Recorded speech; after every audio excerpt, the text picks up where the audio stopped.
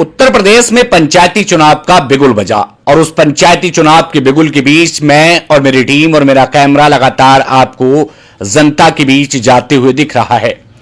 और जब जब हम जनता के बीच जाते हैं तो जनता अपनी बात रखती हुई हमारे साथ नजर आती है। उत्तर प्रदेश का डिस्ट्रिक्ट बरेली और उसका एक वार्ड है, जिला पंचायत का वार्ड संख्या 23, जो बेहद खास है। जहां बरेली सिटी से सटा हुआ ये इलाका है, तो ऐसे में विकास की जो कवायद है वो बेहद तेज हो जाती है, क्योंकि शहर से कदम निकलकर जब अपने इलाके की ओर आते हैं तो वो वैसा विकास तलाशते हैं जो शहर में उन्होंने देखा होता है। लेकिन किस्मत का खेल है और कहीं ना कहीं नेताओं की उदासीनता की वार्ड 23 अभी भी विकास से काफी दूर है। उसी तस्वीर को तलाशते हुए, उसी हकीकत को तलाशते हुए हम इस वक्त एक नेता है, एक युवा नेता कहेंगे, जो अपनी पार्टी लाइन से जुड़कर के वार्ड 23 से जिला पंचायत के प्रत्याशी अपने आप को कहते हैं और कहते हैं कि इस बार पार्टी टिकट देगी और टिकट मिलने के बाद वो अपने क्षेत्र के विकास के लिए तत्पर हैं। तो आज के मेहमान और आज की शख्सियत के पास आपको लेकर के चलते हैं। जी, बहुत आदर के साथ आपका स्वागत और सम्मान है।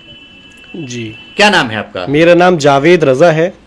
जावेद जी, बहुत आदर के साथ आपका स्वागत और सम्मान। एक नौजवान जो अपने काम धंधे में लगा हुआ था, जिसको लगा कि अब पैसा कमाना चाहिए, रोजी रोटी कमानी चाहिए, अपना घर बनाना चाहिए, क्यों निकल पड़ा राजनीति के सफर पर? थोड़ा जानना चाहेंगे हम आपसे। मैंने क्षेत्र में घूमा, पिछले काफी समय से राजनीति में एक्टिव था, लेकिन मेरा चुनाव की जो तैयारी थी पिछले तीन साल से लगातार मैं क्षेत्र में था। मैंने लोगों की दुख परेशानियां देखी, जो कि मैं एक इतना सक्षम नहीं था कि उन्हें अपने घर से व्यवस्था कर पाऊं। लेकिन अगर एक पद या ओहदा होता है तो उसके लिए थोड़ी आसानियत हो जाती है लोगों की जनसेवा करना। समाजवादी के आप युवा नेताओं में शुमार हैं और एक नौजवान ताकत होता है एक समाज की। नौजवान चाहे तो पूरा सिस्टम बदल सकता है। क्या एक पढ़ा लिखा नौजवान आखिरकार किस तरीके से देखता है वार्ड संख्या 23 के विकास को और वार्ड संख्या 23 को? वार्ड संख्या 23 के लोगों से मुझे बड़ा प्रेम और स्नेह मिल रहा है। उस चीज़ के लिए मैं बहुत इस क्षेत्र के जो वार्ड के मेरे साथी हैं, तमाम क्षेत्रवासियों से बड़ा शुक्रगुजार हूं। उनका जो प्यार और मोहब्बतें मिल रही हैं मुझे, और मैंने एक अलग ही प्रिपरेशन और एक अलग ही तैयारी कर रखी है अपने वार्ड के लिए, विकास के लिए, और एक अलग ही रोड मैप, एक माइंडसेट तैयार कर रखा है। इंशाल्लाह अल्लाह ने मुझे वक्त दिया और अल्लाह ने इजाज़त दी तो इंशाल्लाह वो अपने क्षेत्र में लाके दिखाएंगे। माइंडसेट की आपने बात की, एक सोच तय करती है विकास के खाके को।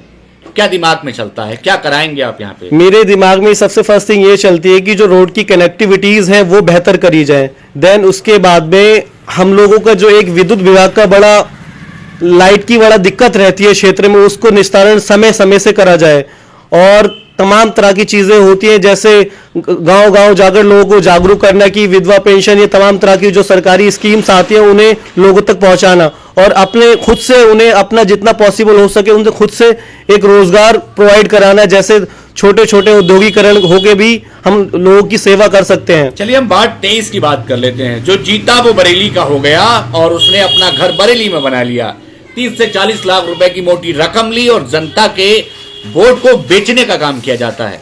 यहाँ की जनता आपसे किस तरीके की उम्मीद रखे? खैर, अल्लाह का शुक्र है, मुझे इस तरह की किसी जरूरत नहीं है। अगर जनता ने मुझे मौका दिया, अल्लाह ने मुझे अगर प्यार दिया, अगर इजाजत दी, तो बस सिर्फ क्षेत्र के लोगों के विकास के लिए बात रखूंगा। ये वोट बेचने और ये पैसों की बात दरकिनार कर दी जाएगी इंशाअल्लाह। एक सवाल बनता है, एक नौजवान है आप और एक नौजवान कहीं ना कहीं बहुत कुछ देख कर, समझ कर और जान कर के राजनीति में आता है।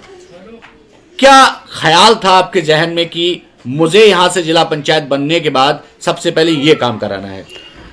मुझे जिला पंचायत बनने के बाद सबसे पहले अगर मेरा कोई वो रोड मैप है तो उसमें ये है कि जो धार्मिक स्थल है वहां पर हाई मस्ट लाइट्स जो होती हैं वो प्रोवाइड कराना, उन्हें वहां लगवाना। अच्छा, फर्स्ट थिंग मेरी ये रहेगी।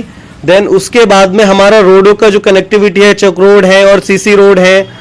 जैसे हमारे चौपारे में नहर वाला रास्ता है, अंबरपुर में एक मेन रास्ता है, घंगोरा में एक रास्ता है, एक अभयपुर रेलवे लाइन के साइड से एक रास्ता है। वो पूरा एक मैंने सारे पेपर्स तैयार करे हुए हैं। समाजवादी से आप अपने आप को जुड़ा हुआ देखते हैं और समाजवादी के बहुत सारे प्रत्याशी मैदान में हैं। वो अपने आप को प्रत्याशी भी कह रहे हैं, अपने आप को संभावित उम्मीदवार कह रहे हैं, अपने आप को टिकट का प्रबल दावेदार कह रहे हैं। ऐसे में रजा साहब, आप अपने आप को कहां पाते हैं? मैं संगठन के साथ बड़ा मजबूती से लगा पड़ा हूँ। तमाम लोगों का प्रेम मिल रहा है, मोहब्बतें मिल रही हैं। संगठन के तमाम साथी मेरी हेल्प कर रहे हैं और जब जब मुझे संगठन के साथियों की जरूरत पड़ती है, मेरे क्षेत्र में प्रचार और प्रसार के लिए आते हैं जहां भी जरूरत पड़ती है, और बड़ा मजबूती से दावेदारी कर रहा हूँ। बाकी शीर्ष नेतृत्व का जो भी फैसला होगा सर्वमान्य होगा। क्या हम मान सकते हैं कि वार्ड 23 में इस बार कुछ बदलाव तय है?